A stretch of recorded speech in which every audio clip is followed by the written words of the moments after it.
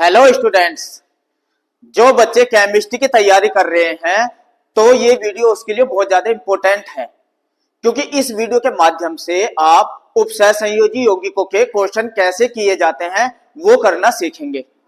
मैंने इस वीडियो में वही क्वेश्चन लिए हैं जिस तरीके के बोर्ड में क्वेश्चन आते हैं। आप चैप्टर तो तैयार कर लेते हैं, लेकिन आपको ये नहीं पता रहता कि बोर्ड में इस चैप्टर से किस तरीके से क्वेश्चन बनते हैं। तो सबसे पहले आपको यह भी पता होना चाहिए कि किस तरीके से इसके क्वेश्चन बनते हैं।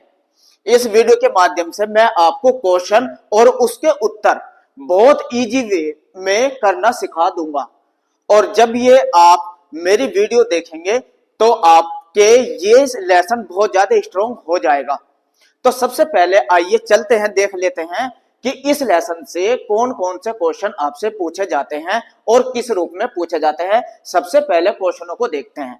अगर हम बात करते हैं अतु लघु प्रश्नों की, जो कि बहुविकल्प के रूप में भी आते हैं, यहां से बहुविकल्प के रूप में भी क्वेश्चन बनते हैं। सबसे पहले क्वेश्चन देखिए, उपसह संयोजी यौगिक किसे कहते हैं, या लिगैंड की परिभाषा लिखिए। ये 2 नंबर में परिभाषाएं भी पूछी जाती है। एक दंती लिगैंड का एक उदाहरण दीजिए, दे दंती लिगैंड का उदाहरण लिखिए, समन्वय संख्या क्या होती है। इन क्वेश्चनों को नोट कर लीजिए। देखिए, ये क्वेश्चन आप नोट करके लिखिए, रखिए, और फिर एक एक करके इनके उत्तर बनाएंगे। इसी तरीके से अगर हम लघु उत्तरीय प्रश्नों की बात करें, जो 2 या 3 नंबर के पूछे जाते हैं, जैसे कि लिगैंड के प्रकार उदाहरण सहित लिखिए। उपसह संयोजी यौगिकों में समावयवता से आप क्या समझते हैं, और समन्वय यौगिकों में ज्यामिति का क्या महत्व है। द्विदंती लिगैंड और बहुदंती लिगैंड में अंतर लिखिए। तो ये जो क्वेश्चन है आप इनको एक एक करके नोट करिए, और फिर इनके उत्तर को भी हम जानेंगे। इसके बाद इसी लेसन से दीर्घ उत्तरीय प्रश्न जो 4 या 5 नंबर के आते हैं, इसको देखिए किस तरीके के क्वेश्चन आपसे पूछे जाते हैं। जैसे वर्नर का समन्वय सिद्धांत समझाइए। ये क्वेश्चन 4 या 5 नंबर का बनता है। उपसह संयोजी यौगिकों के नामकरण के नियम लिखिए। समन्वय यौगिकों में समावयवता के प्रकार समझाइए। तो ये जो क्वेश्चन है ये दीर्घ उत्तरीय प्रश्न होते हैं। इसके अलावा आपसे न्यूमेरिकल टाइप में भी इसके क्वेश्चन पूछे जाते हैं, जैसे कि आपके सामने है, ये उपसह संयोजी यौगिक है, इसकी समन्वय संख्या ज्ञात कीजिए, ज्यामितीय बताइए, लिगैंड का प्रकार लिखिए। तो इस तरीके से न्यूमेरिकल बेस पे भी क्वेश्चन बनते हैं। अगर आपने क्वेश्चन नोट कर लिए हैं तो आइए एक एक करके इनको उत्तरों को देखते हैं बहुत ही इजी में, कि किस तरीके से प्रश्न है और उनके उत्तर आपको कैसे लिखने हैं। तो चलिए देखते हैं पहला ही प्रश्न उपसह संयोजी यौगिकों से। अति लघु प्रश्नों की अगर हम बात करें, पहला ही क्वेश्चन है, उपसह संयोजी यौगिकों क्या है। उपसह संयोजी यौगिक क्या है। तो सबसे पहले आपको लेसन की शुरुआत करते हैं। उपसह संयोजी यौगिक पता होना चाहिए। अगर डेफिनेशन पूछी जाती है तो डेफिनेशन समझते हैं। ऐसे यौगिक जिनमें केंद्रीय धातु आयन लिगैंडों से समन्वय बंध द्वारा जुड़ा होता है उपसह संयोजी यौगिक कहलाते हैं। उदाहरण देख लेते हैं। जैसे देखिए, ये एक उपसह संयोजी यौगिक लिखा हुआ है CuNH3 का होल 4, और इसके ऊपर है 2+ के आयन। इसमें जो Cu धातु है इसे कहते हैं केंद्रीय धातु आयन, और ये NH3 इसे कहते हैं लिगैंड NH3, और ये जो कोष्टक हुआ ये हुआ इसका समन्वय मंडल। तो ये एक उपसह संयोजी यौगिक हुआ। इसी तरीके से अगर दूसरा उपसह संयोजी यौगिक देखते हैं AgNH3 का होल ट्वाइस और ऊपर एक पॉजिटिव। तो Ag क्या हुई, इसमें केंद्रीय धातु आयन हुआ, और NH3 क्या हुआ, इसमें लिगैंड हुआ, और ये पूरा का पूरा कोष्टक के अंदर हुआ समन्वय मंडल। तो ये एक उपसह संयोजी यौगिक है। उदाहरण आप कोई भी लिख सकते हैं। अब क्वेश्चन नंबर 2, लिगैंड किसे कहते हैं। बहुत ज्यादा इंपॉर्टेंट क्वेश्चन, लिगैंड किसे कहते हैं, ये क्वेश्चन पूछा जाता है। चलिए लिगैंड की भी डेफिनेशन समझ लेते हैं। वह अणु या आयन अणु, वह आयन या अणु जो केंद्रीय धातु आयन को इलेक्ट्रॉन युग्म दान करता है। अब आप एक बात ध्यान दीजिए, इसने कहा है इलेक्ट्रॉन युग्म दान करने वाले। देखिए उदाहरण से समझ लेते हैं, जैसे NH3। अब अगर हम लिगैंड की बात करें, लिगैंड 2 तरीके के आप इसमें पढ़ेंगे, एक उदासीन लिगैंड और एक ऋणात्मक इलेक्ट्रॉन दाता युग्म समूह या परमाणु, ये लिगैंड होते हैं। देखो, उदासीन इलेक्ट्रॉन दाता युग्म समूह या परमाणु, या इसे कह सकते हैं लुईस अक्षार। देखिए, जैसे कि NH3 हुआ, ये अमोनिया हुआ, ये उदासीन लिगैंड होता है और इसके पास एक इलेक्ट्रॉन युग्म दाता होता है। तो जिस ये होता है लिगैंड, तो लिगैंड की वह आयन या अणु जो केंद्रीय धातु आयन को इलेक्ट्रॉन युग्म दान करता है, तो ये इलेक्ट्रॉन युग्म दान करेगा अगर ये किसी उपसह संयोजी यौगिकों के साथ जुड़ा होता है। और ये दो तरीके के होते हैं, एक ऋणात्मक वाले इलेक्ट्रॉन युग्म दाता वाले और एक बिना उदासीन वाले। अब अगर H2O की बात करें तो ये होता है H2O और इस पे होते हैं ये, तो ये इलेक्ट्रॉन युग्म दाता होते हैं जो केंद्रीय परमाणु को देता है, इसे ही लिगैंड कहते हैं। तो लिगैंड भी आपकी समझ में आ गया है। तो अब आपसे क्वेश्चन पूछता है, एक दंतुक लिगैंड, देखो ये अभी मैंने बताया है एक दंतु लिगैंड का उदाहरण। अब ये बात भी समझिए, बहुत इजी वे में समझेंगे, चैप्टर को इजी वे में समझते हुए चलेंगे। अब देखिए इसमें क्या कहा है आपसे, एक दंती लिगैंड। सबसे पहले लिगैंड देखते हैं, तीन तरह के लिगैंड आप इसमें पढ़ेंगे, ये समझिए कौन कौन से होते हैं। नंबर एक दंतुक, एक दंतुक। दूसरा होता है द्विदंतुक, द्विदंतुक। और तीसरा होता है बहुदंतुक। अब तीनों की डेफिनेशन से समझते हैं। एक दंतुक लिगैंड वे होते हैं जो केंद्रीय परमाणु के साथ एक उपसह संयोजी बंध बनाते हैं, अर्थात इनके पास एक इलेक्ट्रॉन युग्म दाता होता है, एक इलेक्ट्रॉन युग्म पेयर होता है। तो ये जैसे कि यह है NH3 एक दंतुक लिगैंड है और N के पास एक इलेक्ट्रॉन युग्म दाता है और ये केंद्रीय परमाणु से एक उपसह संयोजी बंध से जुड़ेगा, एक उपसह संयोजी बंध से जुड़ेगा, तब इसे कहेंगे एक दंतुक लिगैंड। और अगर द्विदंतुक लिगैंड समझिए, द्विदंतुक जो दो उपसह संयोजी यौगिक बनाएंगे, केंद्रीय परमाणु के साथ दो उपसह संयोजी बंध से जुड़ेगा, जैसे एथिलीन डाइएमीन EN। इसका भी अगर मैं संरचना बना दूं तो ये बनता है CH2 NH2 CH2 NH2। और देखिए तो ये दो यहां से एक दाता ये दो उपसह संयोजी बंध से जुड़ेगा, तब इसे केंद्रीय परमाणु के साथ, तब इसे कहते हैं द्विदंतुक। और बहुदंतुक जो तीन या तीन से अधिक इलेक्ट्रॉन उपसह संयोजी यौगिक बनाते हैं, तब उसे बहुदंतुक कहते हैं। तो ये पूरा का पूरा लिगैंड के बारे में हुआ। एक दंतुक यानी कि एक दंतुक NH3H2OCl, तो ये उदाहरण होता है एक दंतुक है। द्विदंतुक का उदाहरण हुआ एथिलीन डाइएमीन। अब नेक्स्ट क्वेश्चन समझिए, समन्वय संख्या क्या है। बहुत ज्यादा इंपॉर्टेंट क्वेश्चन, हर एक क्वेश्चन को अच्छे से समझते हुए चलना है ताकि इस चैप्टर से कोई भी क्वेश्चन आए आप गलती ना करें। अब देखिए, केंद्रीय धातु आयन से जुड़े लिगैंडों की संख्या, देखो क्या पूछा है, समन्वय संख्या। अब इसको भी समझिए, समन्वय संख्या किसको कहते हैं ये समझिए। जब तक आप क्वेश्चन नहीं समझने के, आपके ये चैप्टर समझ में नहीं आएगा। क्वेश्चन समझिए क्या कहा है, समन्वय संख्या पूछी है आपसे, तो समन्वय संख्या कैसे निकाली जाती है ये समझिए। ये एक उदाहरण लिया है उपसह संयोजी यौगिक का, ये है लिगैंड। अब लिगैंड की संख्या यहां कितनी दी है, 6, तो यही इसकी समन्वय संख्या हो जाएगी 6। यानी कि केंद्रीय परमाणु के साथ जो लिगैंड जितनी संख्या से जुड़ता है वही उसकी समन्वय संख्या होती है। देखो फिर केंद्रीय धातु आयन से जुड़े लिगैंडों की संख्या, अब देखिए तो इसलिए NH3 कितनी हुई इसकी समन्वय संख्या 6। ऐसे ही यहां देखिए, अगर AgNH3 का होल ट्वाइस, यहां की संख्या कितनी है 2, तो समन्वय संख्या हो गई 2। क्लियर, आ गया समझ में। ये हुई केंद्रीय धातु Ag।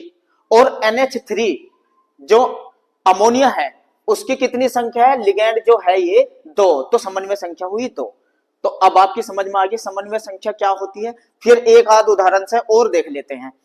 CuNH3 का होल 4, Cu हुई केंद्रीय धातु और NH3 का होल 4 कितने, ये जो लिगैंड है NH3 ये कितने संख्या है इसकी, 4, तो समन्वय संख्या हो जाएगी 4।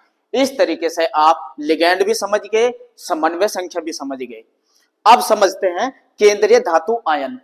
केंद्रीय धातु आयन किसे कहते हैं, देखिए वह धातु आयन जिससे लिगैंड जुड़े होते हैं, जिससे लिगैंड जुड़े होते हैं वही कहलाती है क्या, केंद्रीय धातु। अब देखो ये लिगैंड है NH3, ये किससे जुड़ा हुआ है, Cu से, तो Cu हुआ इसमें केंद्रीय धातु आयन।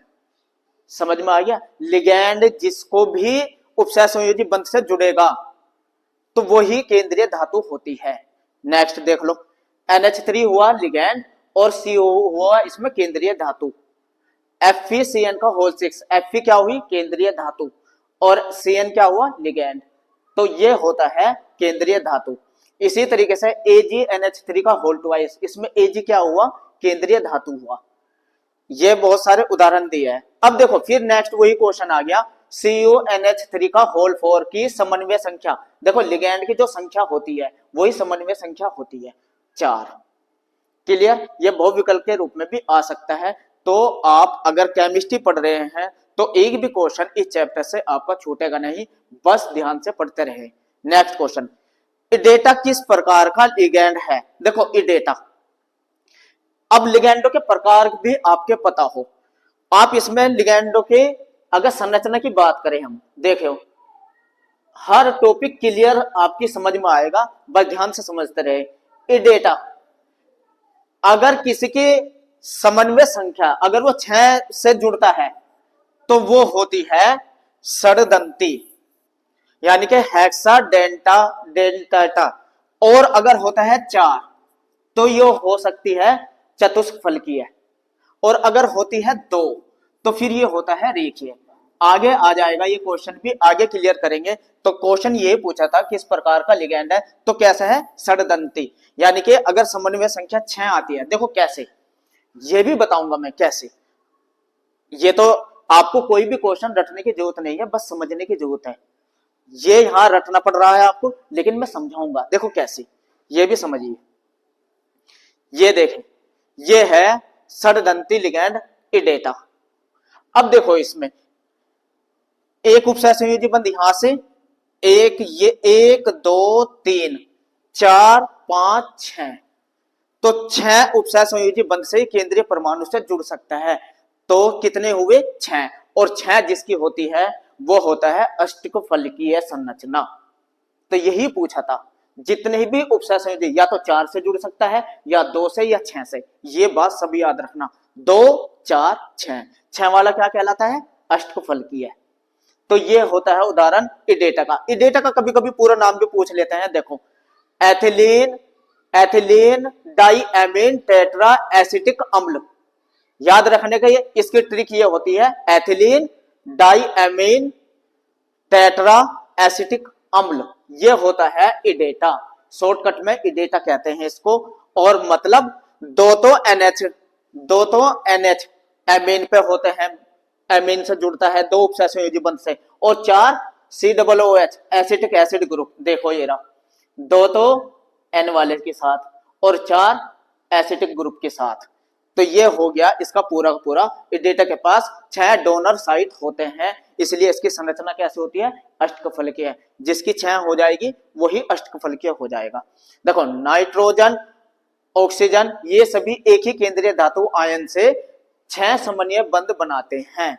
जो केंद्रीय आयन होता है 6 बनाते हैं, इसलिए समन्वय संख्या होती है 6। अब क्वेश्चन आता है आयनिक और उपसय संयोजी यौगिक में अंतर क्या है। अंतर भी बहुत ज्यादा क्वेश्चन पूछा जाता है, चलिए अंतर पे भी बात करते हैं। जो क्वेश्चन बोर्ड में आते हैं उनको तो अच्छे से ध्यान से समझते हुए चलना है। अंतर देख लेते हैं, ये अंतर है, इसको नोट कर लीजिए। अगर आयनिक यौगिक की हम बात करें, बंध का निर्माण इसमें इलेक्ट्रॉन के स्थानांतरण से बंध बनते हैं, इलेक्ट्रॉन का पॉजिटिव नेगेटिव, जैसे NaCl, Na positive Cl negative. तो ये हो गया आयनिक यौगिक। उपसह संयोजी दोनों इलेक्ट्रॉन एक ही परमाणु देता है, जो दो दाता होता है ना, उपसह संयोजी बंध बनते हैं इनके बीच में, दोनों के दोनों एक ही तत्व इलेक्ट्रॉन देता है। तो ये अंतर हो जाएगा। दूसरा, बंध का प्रकार, इसमें कौन सा बंध बनेगा, आयनिक बंध, और इसमें कौन सा बनेगा, उपसह संयोजी बंध। दूसरा अंतर यह होता है। तीसरा, अगर द्रव्य अवस्था में, द्रव्य जलीय अवस्था में विद्युत चालकता दिखाते हैं और इनकी विद्युत चालकता कम होती है, इनकी अधिक होती है, और गलनांक आयनिक यौगिकों का अधिक होता है, इसका इनसे कम होता है। और उदाहरण ये रहे, जैसे NaCl KBr, NH4 positive.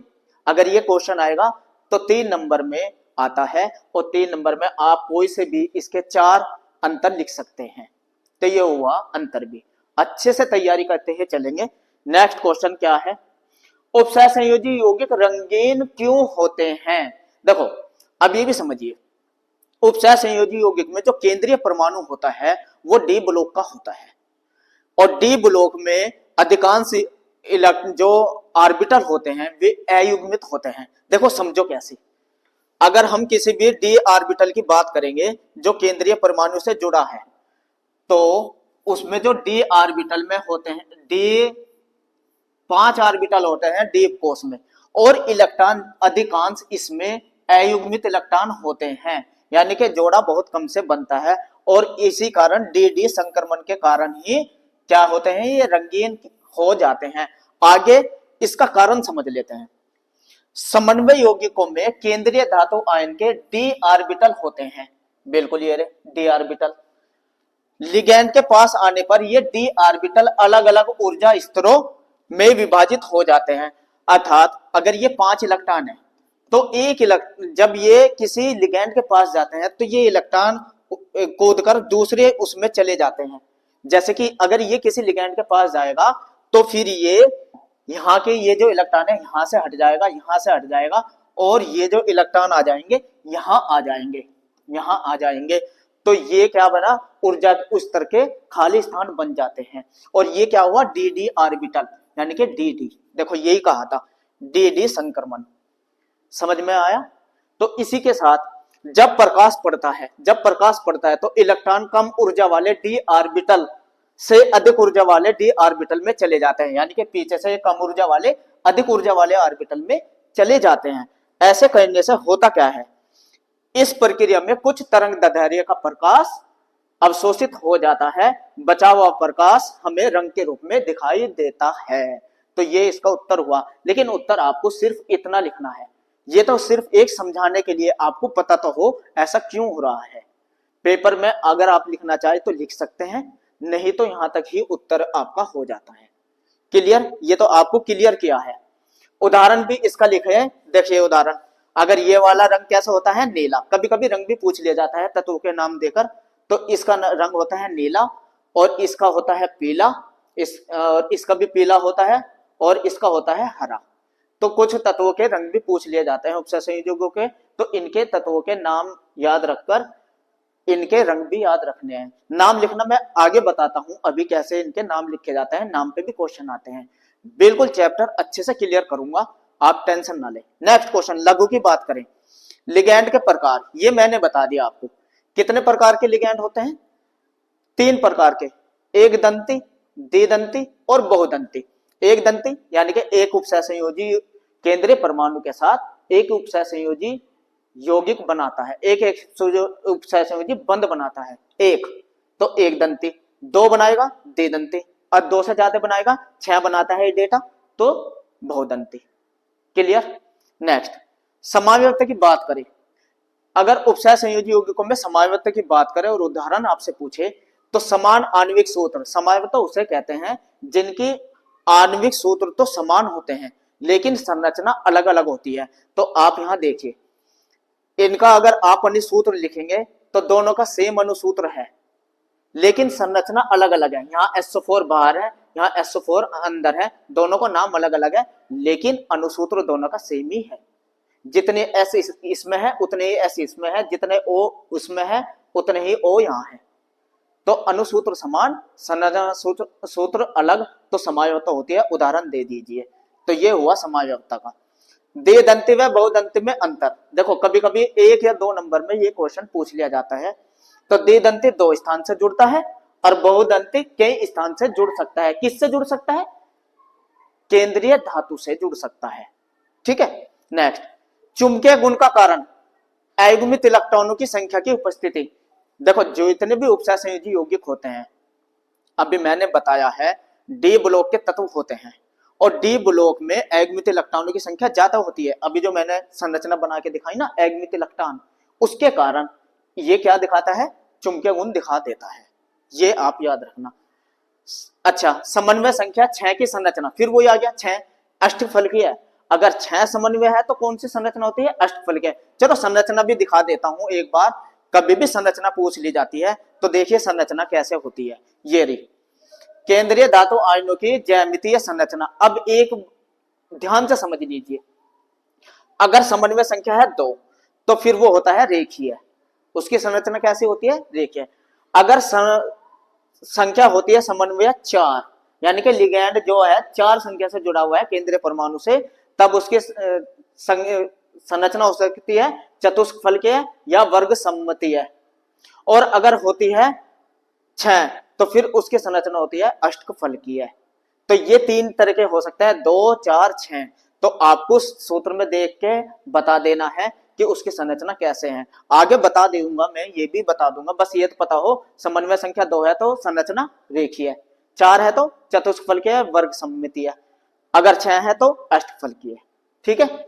Next, अष्टफलकीय संरचना क्या है? देखो क्वेश्चन आ गया, अष्टफलकीय संरचना क्या है?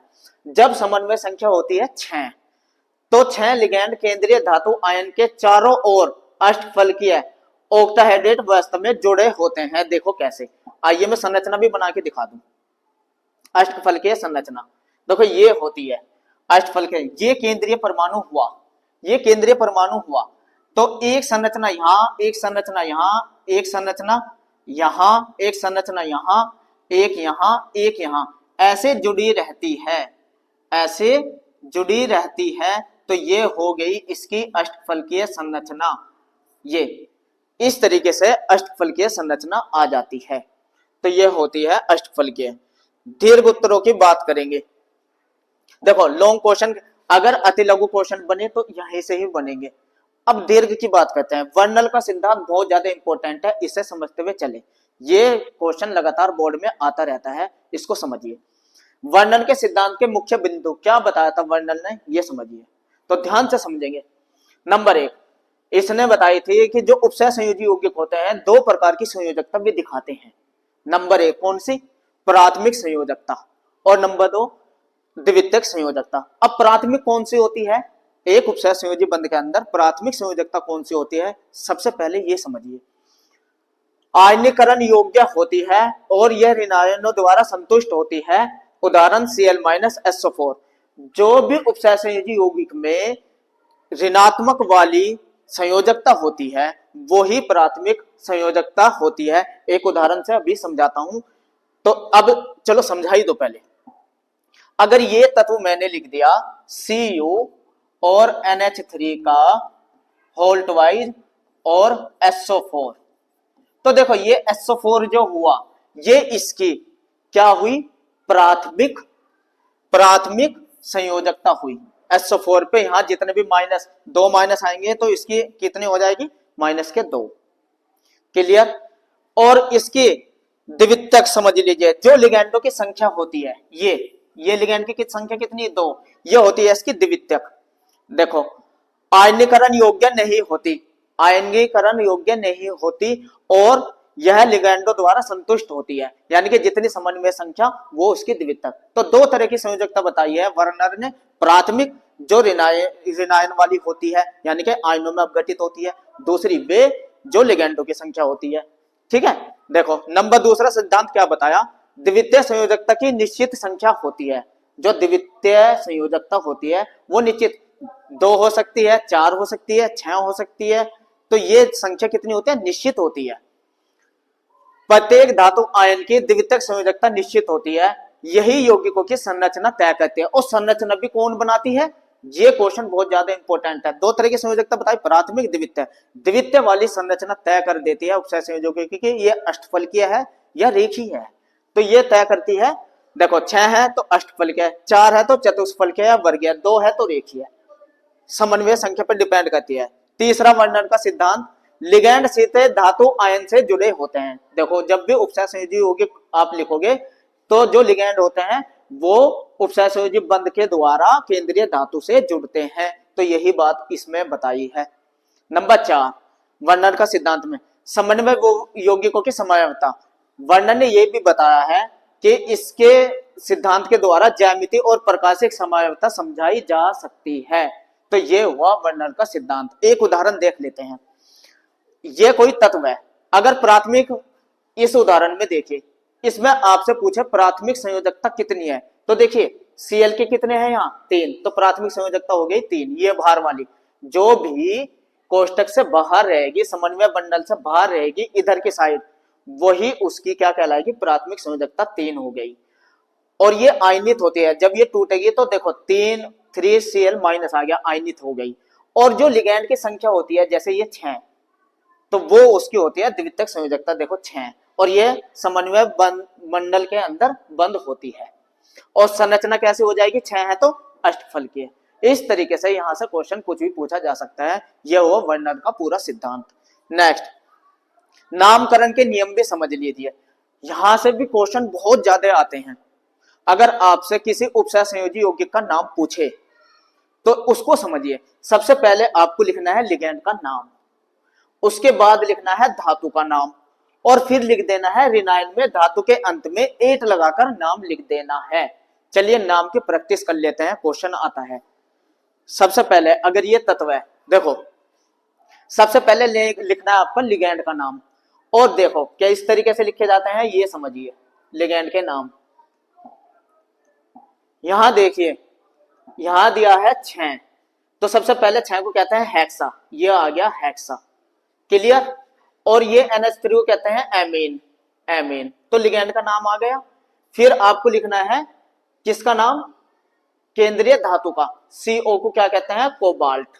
अब ये 3 समझिए कैसा आया, देखो 3 कैसा आया, Cl की, देखो जिसकी X मान लो, इसकी निकालनी है CO, जिसकी निकालते हैं ऑक्सीकरण संख्या उस धातु को X मान लो, प्लस NH3 की कितनी होती है 0, ये आपको पता हो, और गुना 6 और प्लस माइनस के 1 और गुना 3 बराबर 0। तो ये तो हो गई 0। X बराबर कितनी आ गई, माइनस के 3, इधर जाकर आ जाएगी प्लस के 3। इसलिए रोमन अंक में इसे लिख देते हैं, जो केंद्रीय धातु की ऑक्सीकरण संख्या आती है ऐसे निकाल लेते हैं और रख देते हैं यहाँ। और बाद में क्या आए, क्लोराइड, क्लोराइड। तो पहले किसका नाम लिखा, लिगैंड का, फिर धातु का केंद्रीय, और फिर आखिरी में जो रिनायन है। ठीक है, देखो यहाँ देखो, पहले लिगैंड का नाम लिखना है। यहाँ कितना आया है 4, तो टेट्रा, क्लियर। NH3 क्या हुआ, एमीन, ये हुआ एमीन। इसके बाद Cu को क्या कहते हैं, कॉपर। अब देखो ऑक्सीकरण संख्या यही निकालेंगे, SO4 के होते हैं माइनस के 2, SO4 के माइनस के 2, और 4 यहाँ प्लस के 4, ये नहीं 0, ये तो क्योंकि NH3 की 0 होती है, 0 ये माइनस के 2, इधर जाके कहाँ के हो जाएंगे, प्लस के 2, तो इसलिए 2 आ गई। और SO4 क्या होता है, सल्फेट, क्लियर। नेक्स्ट, अगर लिखते हैं K4FeCN का, देखो अगर शुरू में धातु आ जाए, फिर यह हुआ रिनायन उपसय संयोजी यौगिक। देखो अगर धातु आ जाए तो शुरू में धातु वाले का नाम लिखिए। यहां आपको क्या काम करना है, यह हुआ रिनायिक समन्वय यौगिक। अगर शुरू में धातु आए तो सबसे पहले इसी का नाम लिखो, लेकिन संख्या नहीं लिखते इसकी, K4 है ना, धातु की संख्या नहीं लिखते, तो पोटेशियम में बस पोटेशियम लिखो। फिर लिगैंड का नाम 6, हाँ लिगैंडो के लिखी जाती है, 6 को क्या कहते हैं, हेक्सा। और CN साइनो, देखो साइनो हो जाएगा, CN को कह देंगे साइनो। अब यहां देखो Fe 8 लगेगा इसमें, फेरेट, फेरिक होगा ना, लिख के क्या लिखेंगे, फेरेट। रिनाइन वालों में 8 लगता है, फेरेट, देखो ये हो गया फेरेट। और 2 क्यों आया, देखो निकाल के देख लो, के होते हैं प्लस के 1, देखो निकाल के देखते हैं, के होते हैं बेटा प्लस के 1, Fe को मान लो X, और Cn के होते हैं माइनस के 1 और गुना 6। देखो तो देखो 6 और ये हो गया गुना 4, क्योंकि 4 है ना यहाँ के, तो 4 और 6 तो 2 बचे, तो 2 आ गया, इसलिए 2 आया। अब यहां देखो इसका नाम देखो पोटेशियम, शुरू में लिख दिया आपने पोटेशियम, फिर 6 को क्या कहते हैं हेक्सा, अब Cn को क्या कहते हैं साइनो, और ये देखो Fe आया फेरेट, 8 लगेगा क्योंकि ये रिनायन है फेरेट। अब संख्या इसकी भी निकाल के देखो, देखो +1 गुना 3, क्योंकि 3 है यहाँ, इसकी मान लो x, और प्लस इसकी माइनस के 1 होती है और गुना 6, तो 6 कम 6 बराबर 0, 6 और 3, 6 में से 3 गया 3, तो 3 आ गया। तो ये आक्सीकरण संख्या ऐसे निकलती है। नेक्स्ट और कुछ देख लेते हैं, ये देखो तो इसका नाम, अब तो आप समझ गए होंगे, देखो ये है, अब ये ऋणात्मक ना हो गया धनात्मक है, धनात्मक में पहले लिगेंड का नाम, तो को क्या कहते हैं डाई एमीन, और ये हो गया सिल्वर। इसी तरीके से इसकी आक्सीकरण संख्या आएगी 1, और ये हो गया Cl क्लोराइड। इस तरीके से आप लिख सकते हैं। नेक्स्ट क्वेश्चन, समवायवता के प्रकार। समवायवता कितने प्रकार की दिखाते हैं, संरचनात्मक, ज्यामितीय, प्रकाशिक, 3 तरह की समवायवता ये दिखाते हैं। तो अगर क्वेश्चन बनेगा तो इसके अंदर से ही बनेगा। हाँ, इसके उपयोग वो देख लीजिए, कभी कभी उपयोग भी पूछे जाते हैं। उपसय संयोजी यौगिकों के उपयोग औषधि के रूप में जल शोधक में और उद्योग में करते हैं। तो कोई से भी 2 उपयोग पूछ लेता है, तो ये 2 उपयोग लिख सकते हैं आप, क्वेश्चन एक भी नहीं छूटेगा। हाँ, कुछ न्यूमेरिकल बेस पे देख लेते हैं। समन्वय संख्या पूछी किसकी, CO के CO के, देखो यहाँ NH3 कितने हैं यहाँ 6, तो 6 आ जाएगी। समन्वय संख्या किसकी निकालते हैं, लिगैंड की 6। नेक्स्ट देखो ज्यामितीय संरचना पूछी, यहाँ लिगैंड की संख्या कितनी है 4, 4 है तो कौन सी संरचना हो जाएगी, चतुष्फलकीय। और यहाँ देखिए ये कौन सा लिगैंड है, Cn एक दंतक, क्योंकि एक ही उससे जुड़ेगा, तो ये एक दंती लिगैंड हुआ। इस तरीके से उपसय संयोजी यौगिक में से जिस भी तरह के क्वेश्चन आते हैं मैंने आपको बता दिया, इससे बाहर क्वेश्चन नहीं आएगा। तो ये थी मेरी उपसय संयोजी यौगिकों में आपकी अच्छी से तैयारी। वीडियो अच्छी लगे तो लाइक करिए, कमेंट्स करिए और सब्सक्राइब करिए। मेरे साथ जुड़े रहने के लिए थैंक्स।